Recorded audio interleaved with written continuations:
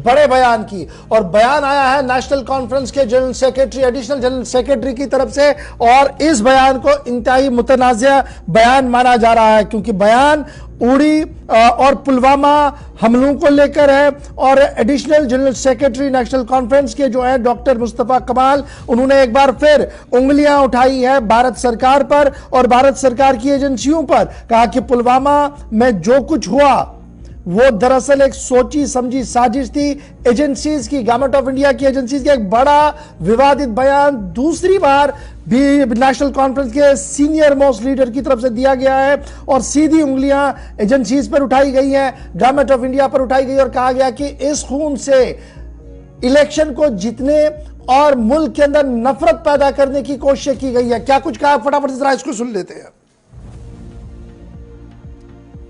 वो तो बात करीब करीब अब स्पष्ट हो गई है कि वो प्लान था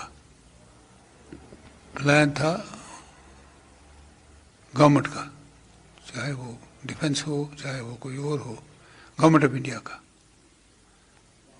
और एक उनकी तस्वीरें भी नहीं देखी, उनकी लाशें भी नहीं देखी, और ये बात स्पष्ट हो गई है कि वो जितने भी वो मरे 30-40 वो शेड्यूल कास्ट थे। चलिए,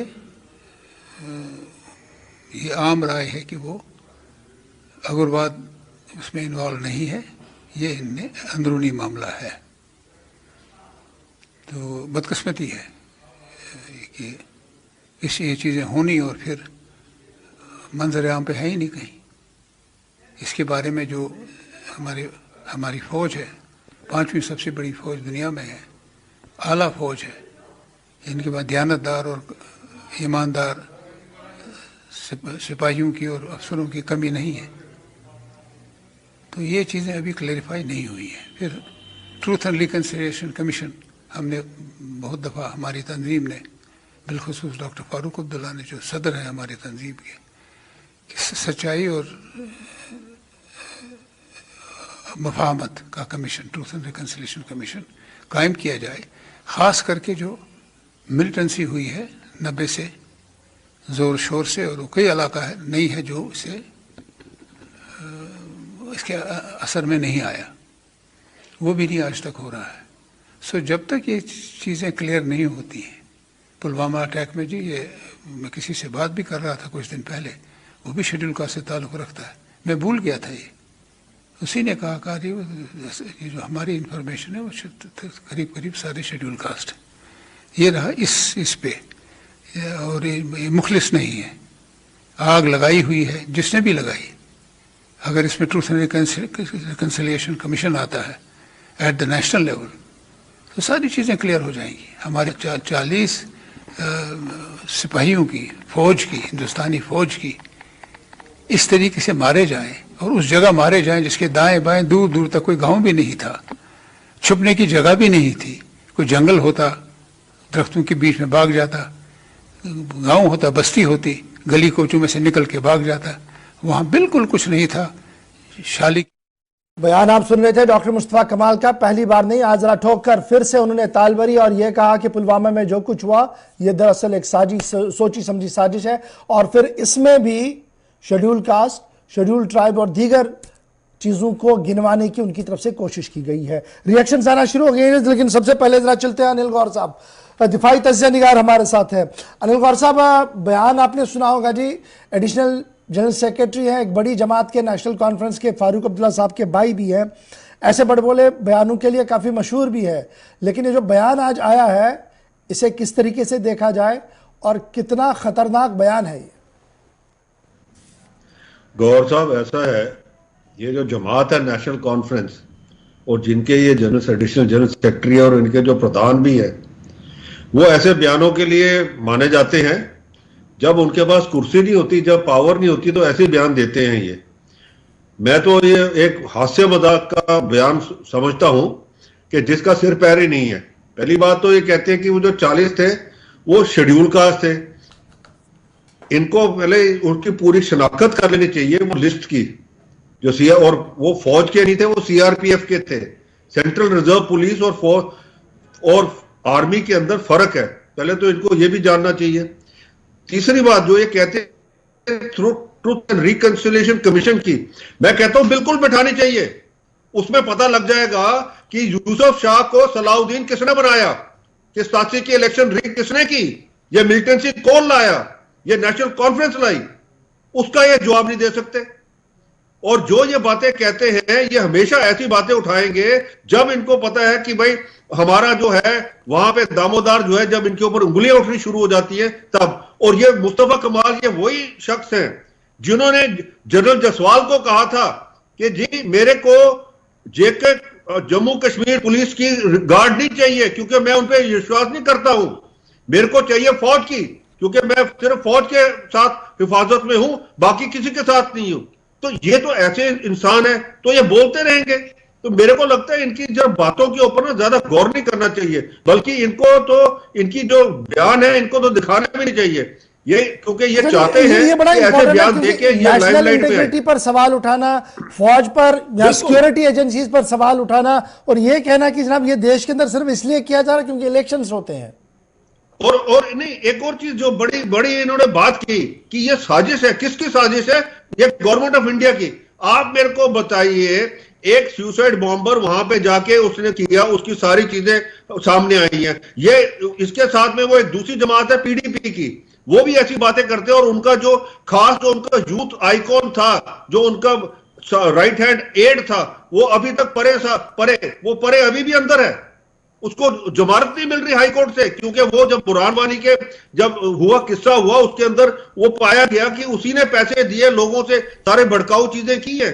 तो मैं तो कहता हूं ट्रूथ एंड रिकंसिलिएशन कमीशन बिल्कुल बैठना चाहिए, ताकि अनिल साहब मैं दोबारा आपके पास लौटूंगा। मेरे साथ अल्ताफ ठाकुर साहब भी हैं, भारतीय जनता पार्टी के तर्जुमान भी हैं जम्मू कश्मीर से। बहुत शुक्रिया अल्ताफ साहब ज्वाइन करने के लिए। एडिशनल जनरल सेक्रेटरी है नेशनल कॉन्फ्रेंस के, फारूक अब्दुल्ला साहब के भाई है, साबिक वजीर है, कानूनी दावपेच भी जानते हैं और सियासत के अंदर किस तरीके से बयान दिए जाते हैं काफी माहिर है। लेकिन ये जो बयान है, क्या ये सिर्फ सियासत है या सियासत के अंदर कुछ और चीजें भी आपको नजर आ रही हैं जो इंतहाई खतरनाक भी हो सकती हैं?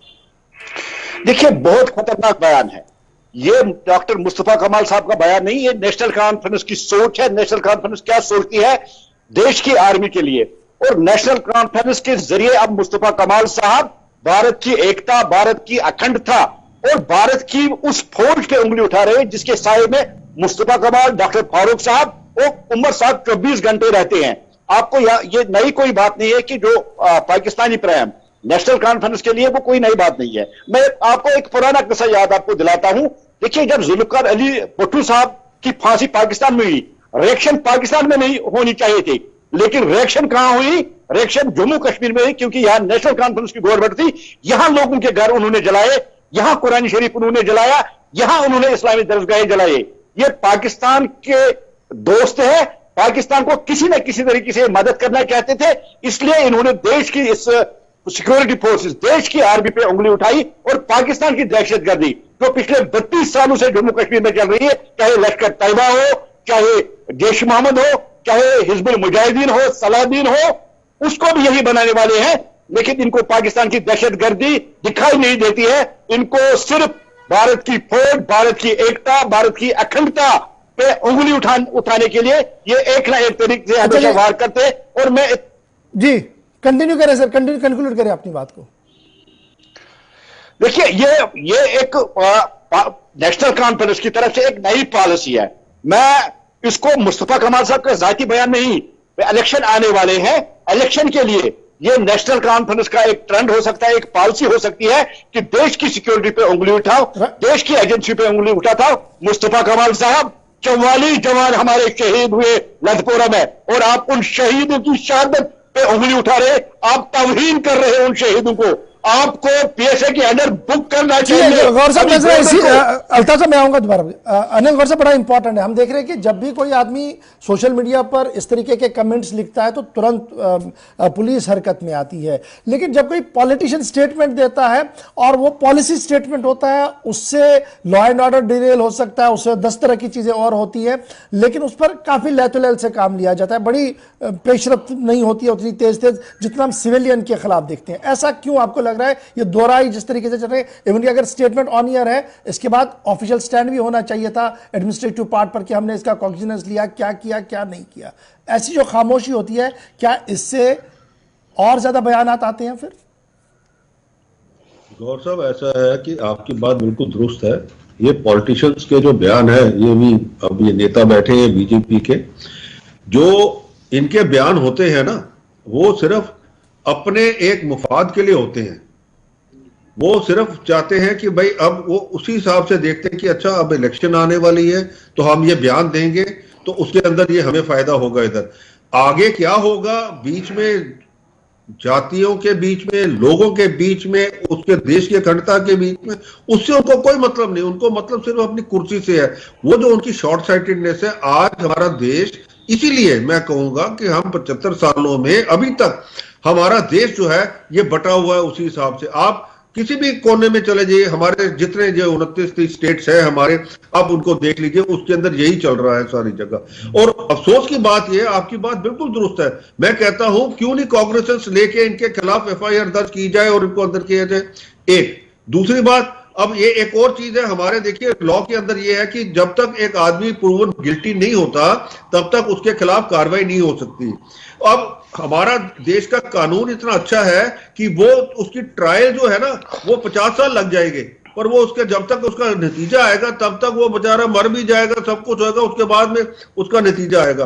क्यों नहीं हमारा, जैसे कि बाहर के मुल्कों में है, आप अमेरिका देख लीजिए, हम दूसरे मुल्कों की बात करते हैं, 3 महीने के अंदर एक केस जो है वो पूरा डिसाइड होता है कि भाई इसने ये किया है, इसको सजा होनी है। वहां पॉलिटिशियन जो है ऐसे बयान जब देते हैं उनके खिलाफ वो रेजिग्नेशन भी साथ में देते हैं और कहते हैं भाई गलती होगी मेरे से। ऑस्ट्रेलिया के अंदर वाइस प्रेसिडेंट जो उनके थे, मैं वाइस प्रीमियर जो थे, मेरे को याद है, मैं उस टाइम ऑस्ट्रेलिया में था, उनके वाइस प्रीमियर ने एक बयान दे दिया पुलिस के खिलाफ और दूसरे दिन उनका रेजिग्नेशन आ गया। उन्होंने अपोलोजाइज किया कि नहीं, मेरे को यह बयान नहीं देना चाहिए था, मैं इसको अपनी रेजिग्नेशन देता हूं। पर हमारे देश के जो पॉलिटिशियंस है, माफ करना, वो बिल्कुल वो कहते हैं ना कच्चे खाल है, उनको कुछ असर नहीं होता, उनको सिर्फ ये दिखता है कि भाई मेरे जो है मेरी कहां से कुर्सी बचेगी, बस ठीक है, बाकी और कुछ नहीं।